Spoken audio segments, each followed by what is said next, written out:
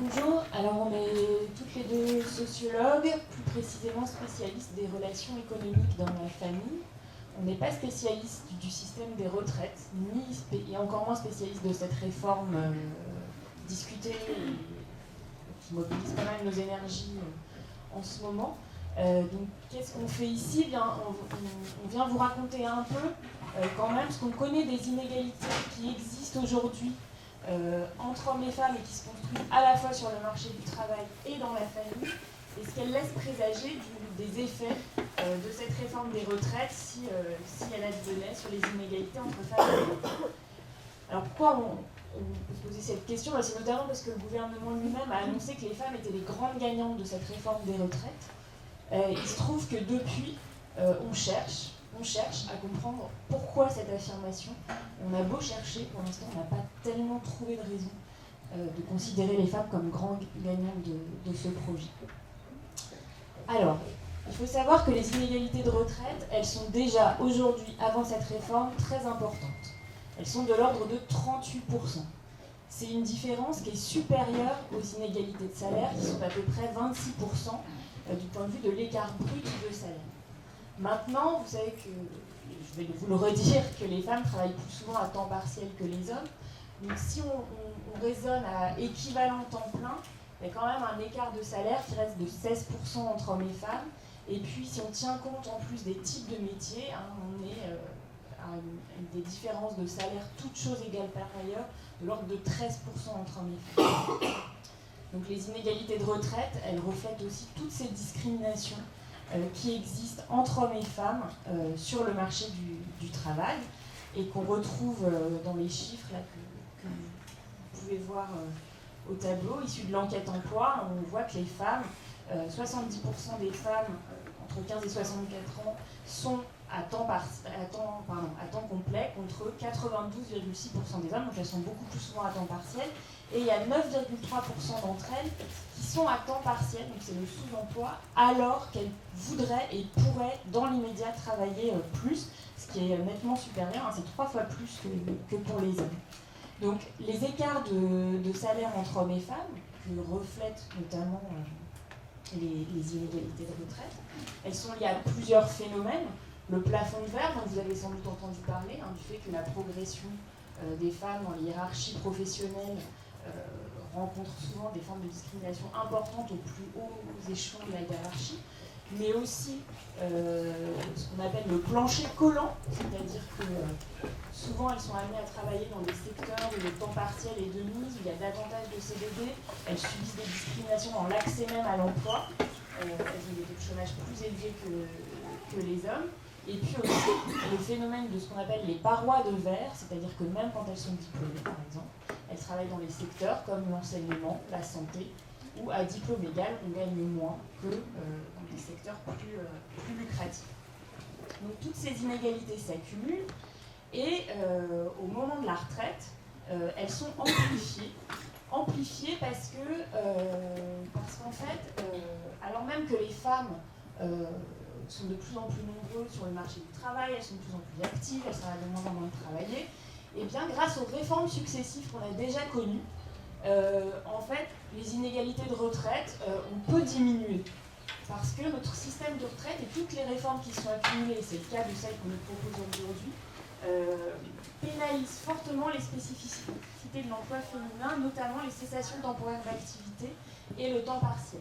Et la réforme qu'on nous propose actuellement, qui consiste pour les travailleurs du privé à ne plus tenir compte seulement des 25 meilleures années, mais par exemple à pouvoir laisser de côté les cessations d'activité quand on a un jeune enfant, voire les périodes de temps partiel, le fait qu'on va tout compter, tout dans la carrière va compter, ça va encore amplifier les inégalités de retraite entre hommes et femmes. Alors, ce qu'on voulait dire, c'est que ces inégalités entre hommes et femmes, elles se jouent donc sur le marché du travail, mais pas seulement. Elles se jouent aussi dans la famille. Le fait que les femmes aient plus de périodes de cessation d'activité, qu'elles travaillent plus souvent à temps partiel, c'est lié aussi au fait que dans la famille, elles prennent en charge un travail que les hommes ne prennent pas en charge.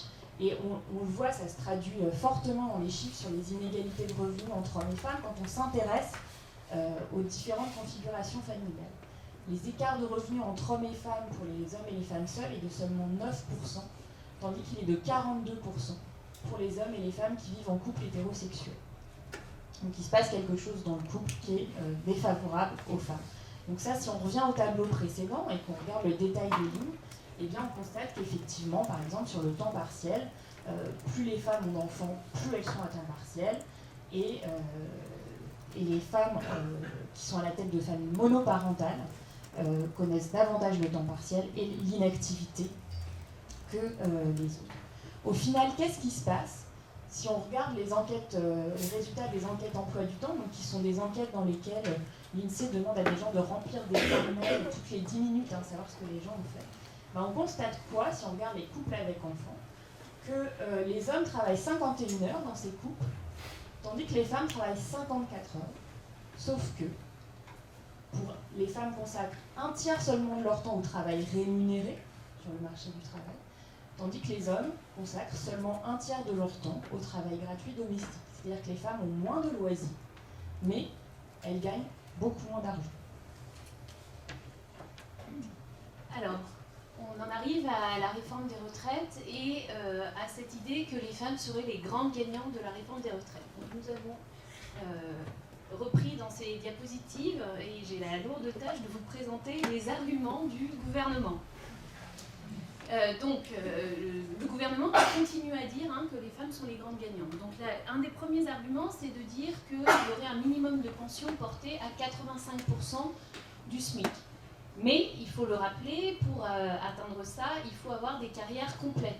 Donc, on vient de voir précédemment que c'était pas toujours le cas, et moins souvent le cas pour les femmes que pour les hommes. On nous dit aussi que l'âge d'équilibre, alors l'âge d'équilibre c'est le fameux âge pivot dont on a changé le nom, on nous dit que l'âge d'équilibre ça pourrait être favorable à certaines femmes par rapport à ce terme barbare, âge d'annulation de la décote, qui est, donc l'exemple qui a été repris toujours par le gouvernement, c'était la femme de ménage qui devait travailler jusqu'à 67 ans pour avoir l'ensemble de ses trimestres. Et on nous dit qu'un âge d'équilibre avant cela, ça serait favorable. À cela, en réalité, si on regarde de près, il faut toujours ajouter cette condition, à condition d'avoir une carrière complète. Donc ça veut dire qu'il faut attendre 64 ans et avoir une carrière complète pour avoir une pension avec un niveau décent. Donc moi, ce que je comprends de cette réforme des retraites, c'est que, certes, on pourra prendre sa retraite, mais avec des niveaux de pension très fortement abaissés. Ensuite, il y a la question de la majoration de pension dès le premier enfant. Actuellement, pour avoir une majoration de pension, il faut attendre le, je ne vais pas dire de bêtises, 3e enfant. Alors qu'avec le nouveau système, ça serait dès le premier enfant et ça serait une majoration qui serait en pourcentage de points de retraite, 5% de plus, qui pourrait être versé à la mère. Alors en fait, cette histoire de la majoration de pension, qui n'est plus une majoration de temps, de trimestre supplémentaire, mais une majoration d'argent, dans le projet de loi, il n'est pas indiqué à qui ça sera attribué. Ça peut être pris par le père ou par la mère. Et étant donné les différences de salaire qu'on vous a présentées tout à l'heure, donc pour rappel 42% dans les couples hétérosexuels, on pourrait se dire qu'il y a un certain nombre de couples qui décideraient que ça serait les pères qui pourraient avoir cette majoration. Il nous semble aussi, et c'est très important de le dire, que la première mesure qui est en défaveur des femmes, et ce qui est en défaveur en réalité d'à peu près tout le monde, c'est le fait qu'on ne tiendra plus compte des 25 meilleures années de carrière dans le privé ou dans le public les 6 derniers mois, mais de l'ensemble de la carrière. Et comme on a vu qu'il y avait des inégalités sur le marché du travail entre les hommes et les femmes tout au long de la carrière professionnelle, et bien sûr ces inégalités vont se répercuter aussi ensuite sur les nombres de points qu'elles pourraient obtenir.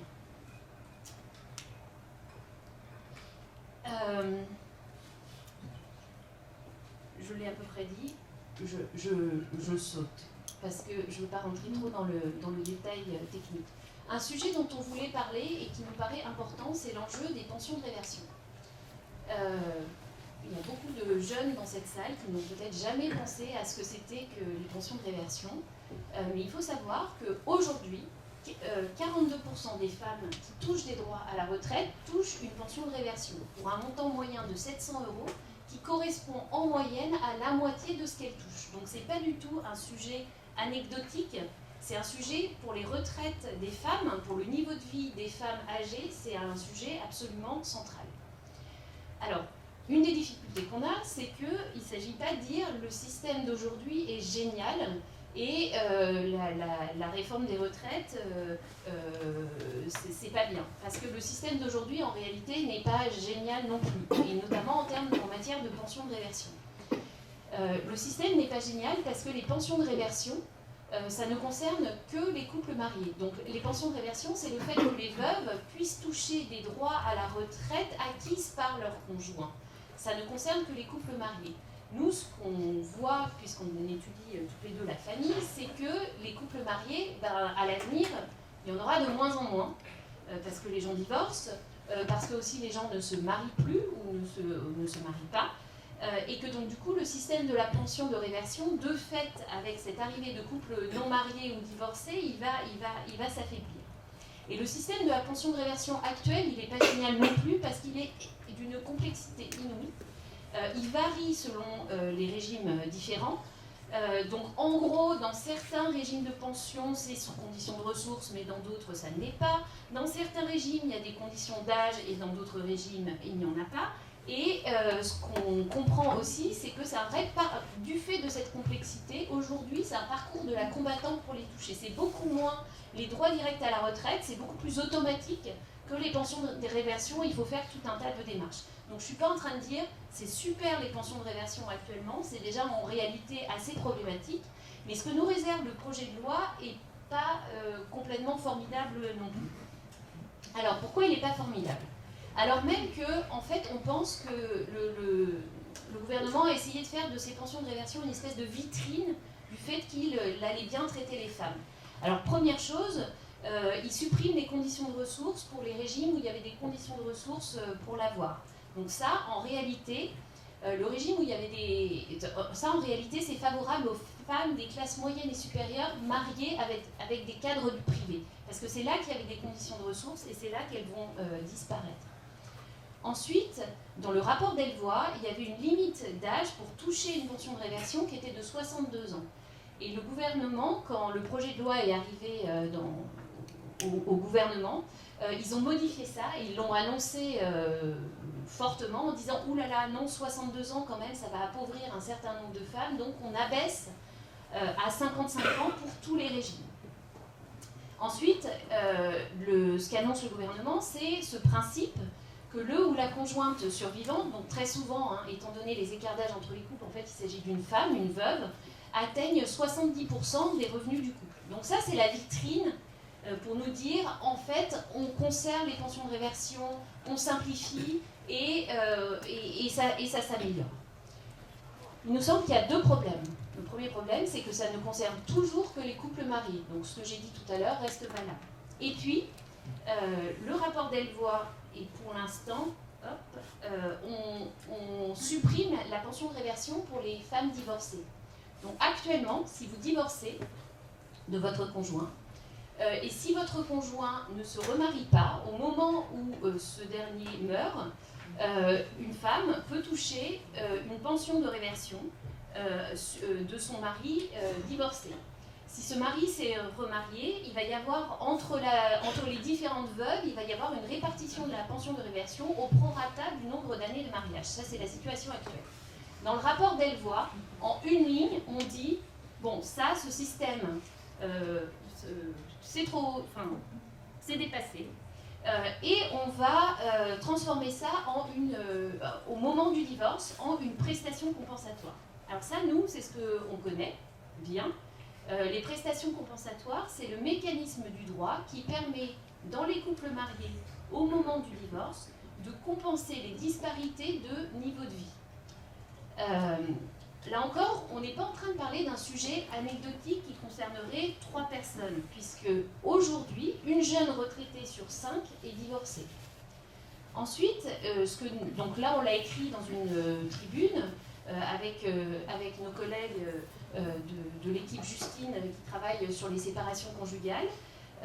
En fait, les prestations compensatoires, déjà aujourd'hui, ne compensent pas ce qu'elles devraient compenser.